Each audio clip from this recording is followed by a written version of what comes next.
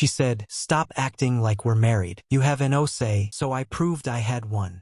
My girlfriend, Sophia, and I have a fundamental disagreement about the nature of reality. I believe that if you live in someone's house, eat their food, and use their internet, you're in a partnership. Sophia believes she's a celestial body and I'm a small, insignificant planet caught in her gravitational pull. We've been together for 2 years, and for the last 6 months she's been living in my house. My name is on the mortgage. My name is on the utility bills. And my name is on the little plaque next to the door that says Garcias, which she bought without asking me and now seems tremendously optimistic.